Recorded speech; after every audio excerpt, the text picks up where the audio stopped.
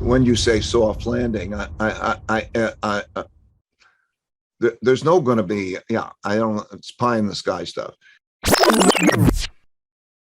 All currencies have a lot of debt. And so when you look at one relative to the other, there will be a lot of printing. I mean, currency equals debt. And when you hold a currency, you're holding a debt instrument. And so all of those will decline in value relative to other things. Now, will the dollar decline more than other currencies? It's almost certain that we're going to come into this environment. We're in this environment in which there's a shifting of those currencies. So you're going to see more of China's renminbi being used. You're seeing India have a direct link with Russia on the currency. So we're in an important change in the currency. But how that is a store of wealth is a different question. So a currency is a medium of exchange and a storehold of wealth. And its storehold of wealth is now a problem, particularly for the dollar, but it's also a problem for other countries. So that's why you have inflation.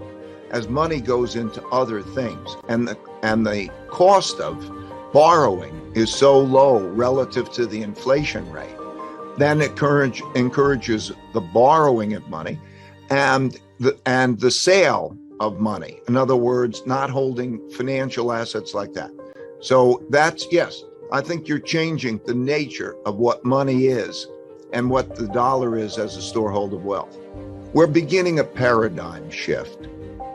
A paradigm shift is a shift from a mindset, one mindset, and positioning of that mindset to another mindset and another positioning of that. So, for example, the mindset that we were in was that you have low inflation, and when you're owning bonds and you're owning cash, or you are operating one way, and you don't worry about that, and companies don't worry about it in their inventories, or having larger inventories, or homeowners don't worry about inflation as much in the purchases of the houses and so on. Once that shift begins, it causes a reinforcing dynamic. It's like everybody is long bonds. We've been in a 40-year bull market in bonds. And so it's been fine to have. And when that shift starts to take place, you see behavioral shifts that reinforce that cycle in the paradigm. So, for example, when there is the selling of bonds, that it makes it more inflationary in and of itself, because the amount of debt that has to be sold is not just the deficit, but also the amount of debt that's being sold is those bonds. So now interest rates have to rise a lot, or the Federal Reserve has got to come in there and buy more. And then you get wages. People make wage settlements that and such things. So a paradigm shift is beginning to take place, and that will be also self-reinforcing. And it's taking place in this context of the conflict, which then creates the breakdown of efficient systems. Each country wants to be self-sufficient. It needs to protect itself. And in being self-sufficient in that way, then you have less efficiencies in the system. And all of that becomes self-reinforcing. So it's all happened before. It's all happened many, many times before. That's covered both in the video and the book. So it's, I'm concerned about that. You're obviously a student of history of all kinds. When you hear folks project that the Federal Reserve might raise interest rates 7 times this year, and given where inflation is what the Federal Reserve likely to do on rates this year push countries from success into failure, not just the U.S., but even emerging markets? It's funny because, everybody says, okay, there'll be 7 increases or something like that, and that sounds like a lot. But you're taking interest rates up to something like 2%. And that 2%, which starts to squeeze the capital market, starts to make it more difficult for a holder of equities, because the equity, when you raise the return on bonds and you raise the return on cash and you tighten money, then that makes other assets less attractive, such as risky assets, particularly long duration assets like tech stocks and the like.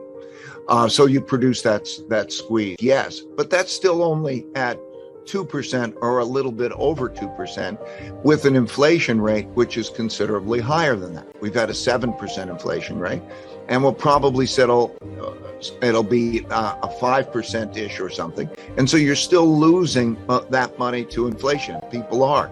So what you have is enough tightening by the Federal Reserve to deal with inflation adequately is too much tightening for the markets and the economy. So the Fed is going to be in a very difficult place a year from now as inflation still remains high and it starts to pinch on both the markets and the economy. You know, it's like, here's the problem. If you're borrowing more money than you're lending and you have a lot of debt, you either are going to pay back in hard money or in soft money. And so it creates a very difficult trade-off. So what can you do? Do you spend less money? So that the trade-off becomes more and more difficult. And that's what brings about a stagflation environment, because they tried to navigate between those two undesirables. In other words, they want to contain inflation, but too high of an interest rate that's good enough for inflation causes too much economic environment. So what can they do? No, they're in a position already because of that dynamic, spending more than they're earning, creation of a lot more debt and a lot of other debt, which one man's debts are another man's assets, and that as the holder of that assets is losing money. Imagine holding a bond now and look at how much money is in bond funds and cash. Okay, not only in cash, you don't get any return to compensate for the interest rate, and in your bond fund, you get negative returns. And how's that feel? So are you going to continue to hold those bonds in that bond fund? It's a dynamic that they have to deal with that is really beyond their capacity to deal with it. They can't change those fundamentals. When you say soft landing, there's no going to be, I don't know, it's pie in the sky stuff. I think that most likely what we're going to have is a period of stagflation.